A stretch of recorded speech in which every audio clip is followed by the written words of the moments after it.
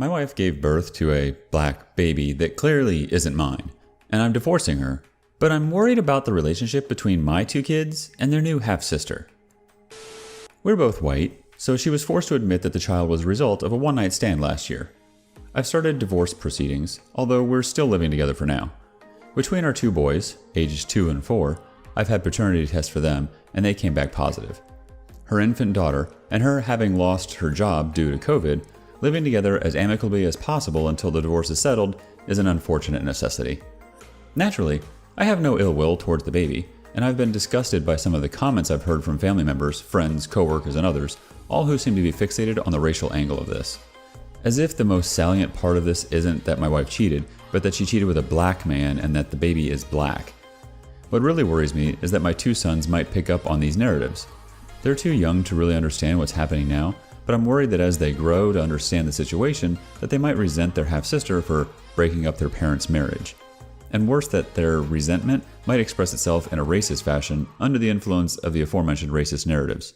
Any thoughts on how I should try to influence my sons away from that perspective? It probably doesn't help that we live in a suburb with very few black people, and their half-sister is really the only black person my children know. Update 1. The big takeaway for me was that if I'd need to lead by example here, not excluding her in any way because of her paternity, so that she and my sons would see her as a full member of the family.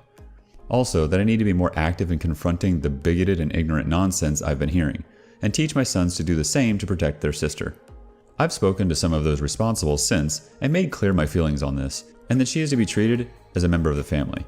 And that if I ever find out that they've said things like that to my sons or their sister, that they won't be allowed around us anymore. I've spoken to my wife about this, and we're more or less on the same page.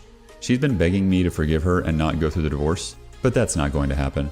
Even if I didn't consider the cheating unforgivable, I just don't feel any love for her anymore, other than a platonic affection for her as the mother of my children. My sons are handling this as well as can be expected.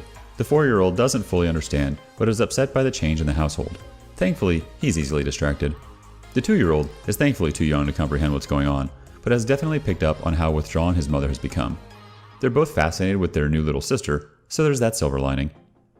My wife, on the other hand, isn't in good shape at all. She was depressed even before the birth, and now with everything, our divorce, her infidelity being revealed, and the backlash from family and friends, postpartum depression, and the exhaustion from raising an infant, she's barely functional. She's seeing a therapist, and I've been pressuring some of our family and friends to be supportive of her because even if they think she deserves it, her current state is making it harder for me and our children. It's become very obvious to me that even after the divorce is finalized, we're going to have to live together for a while longer.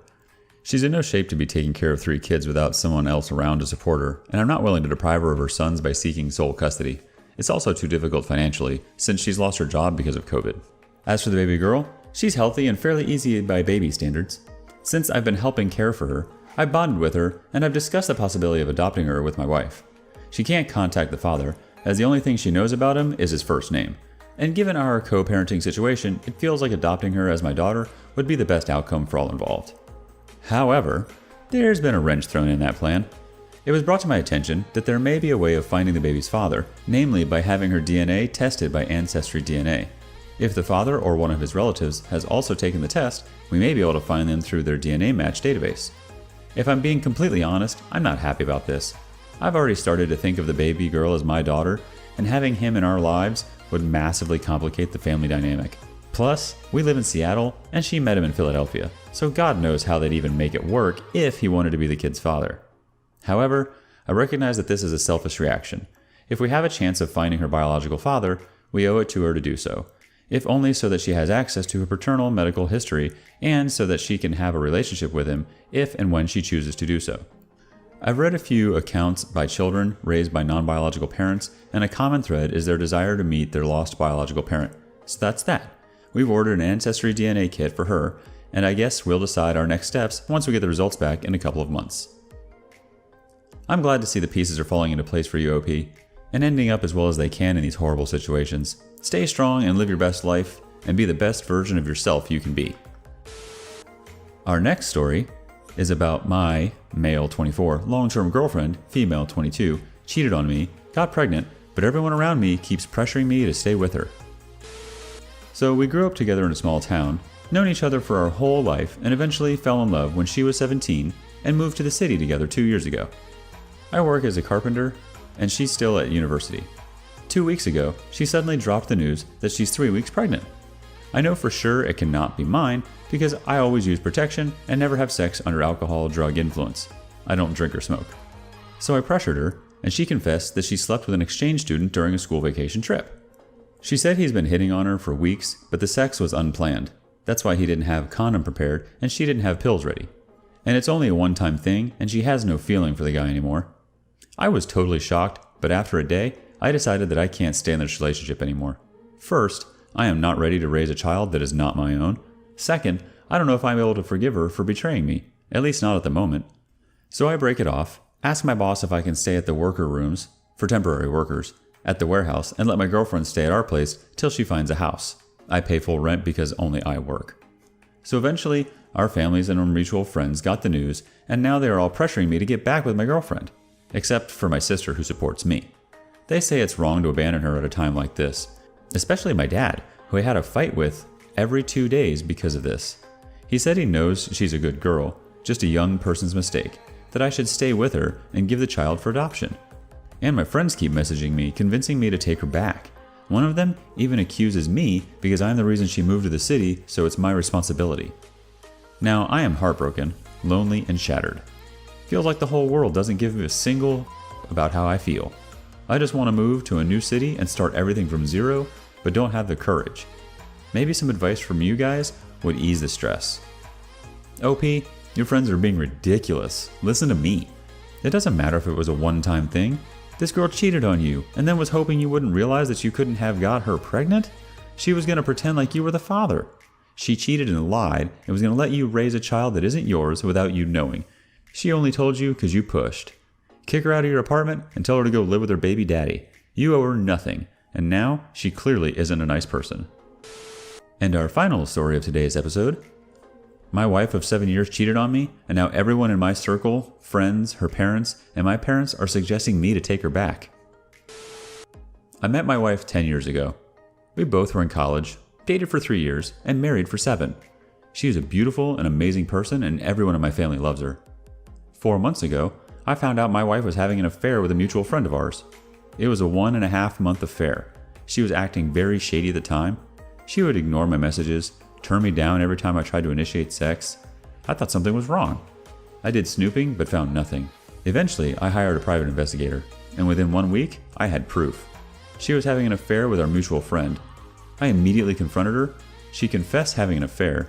Immediately, she started crying, begging, basically all the classic cheater moves when they are caught. I asked her for all the details, with a detailed timeline. At night, she gave me everything. Basically, she was using another phone for having an affair. She told me she had sex with him only 4 times, and the rest of the time they were just hanging out and having fun. 3 days later, more crying and talking crap about herself, she told me that she had deleted all contacts with him and would do whatever it takes to make our marriage work. She suggested marriage counseling. I denied. I told her to leave me alone. I was hurt, betrayed, humiliated. She moved out to her parents. She started texting me every hour how much she loves me and how she regrets this and will do anything to save our marriage. After completely ignoring her for 2 days, I texted her that we are getting a divorce. She freaked out and started having an emotional breakdown. My phone started blowing up with her parents, sister, friends, telling me not to end the marriage and at least give her a chance. Later that day, she made a long post on Facebook explaining how she f***ed up and how she destroyed her marriage, basically admitting her affair publicly. But I was rock solid on my decision. She even insisted on having a lie detector test to clear my doubts, that she never cheated in the past, blah blah blah. I asked her for some time alone to process all this. We have been living separately since. This was all 4 months ago. Last week, I asked her for a divorce and she started crying, begging for another chance. After that, she visited my parents and asked them to convince me not to divorce. Last night, my parents and her parents tried to convince me to work things out. And after she made her Facebook post, almost all of our mutual friends were telling me how she was brave to admit her affair and that she loves me and I should at least give her a chance. I'm on the edge of having a breakdown. She is truly remorseful and regrets this. I can assure you this, I do love her and her cheating on me hurts the most. I don't know what to do. For anyone who has reconciled, how are things going? Update 1. We don't have kids. We were planning to have kids after this pandemic was over.